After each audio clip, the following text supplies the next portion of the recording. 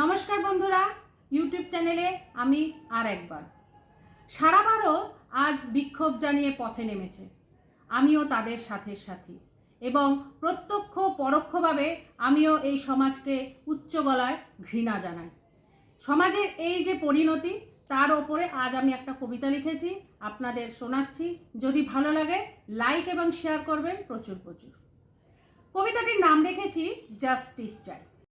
Justice চাই, justice চাই, ভূভারত আজ খেপেছে। লক্ষ জনের পায়ের দাপে ভূকম্প হতে চলেছে। নেতারা সব দায় নিয়েছে দেশটা চালাবার। দায়িত্বটা পেয়ে গিয়েই আমি বাকে আর তুমি কার?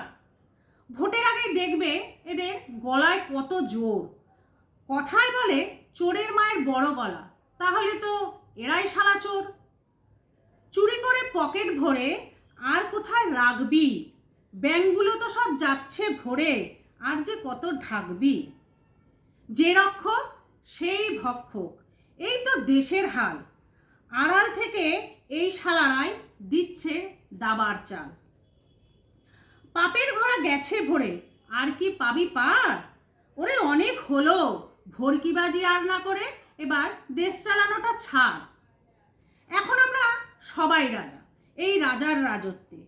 দেশ চালানোটার দায়িত্ব বল দেই কি সত্ত্বে? দেশটা তো তোদের বাপের নয় কো মামা বাড়ি। দেশ স্বাধীনে দিয়েছি রক্ত, এবার রক্তও নিতে পারি। ওরে ভয় পেয়েছিস এবার তোরা, গুটিয়ে আছিস তাই। বাইরে তো বার করবই, কারণ আমাদের জাস্টিস চাই, জাস্টিস চাই, জাস্টিস চাই। ধন্যবাদ।